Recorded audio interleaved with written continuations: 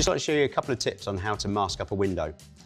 Already, I've cleaned the glass and also the woodwork as well, but we're going to tape it before we sand, because then at least it protects the glass from being damaged while we're sanding down.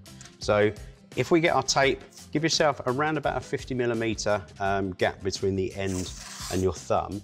Line it up against the glass so you've got some excess going off onto the top part of the window. Line it up nice and accurately with the side of the window frame. Then with a scraper or a filling knife, push down on the sharp edge and pull it off at an angle. That will give you a nice sharp corner here, and we can do exactly the same on the top just by pulling it off, so it's actually nice and sharp in both corners. Now we can repeat this on all 4 edges of the glass.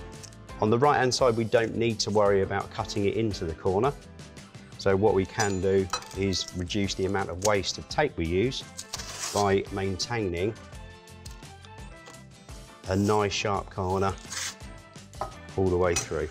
So we can push that down into the corner, tear it off, and then we can finish this one off. So once this is all nice and taped, we can get on and sand. If we do happen to get any damage on the tape itself, when we're sanding, we can always replace one of those. But once that's all done, we can get on and paint it. Take all the furniture off before you do. I haven't taken it off before now because I didn't want the window to open.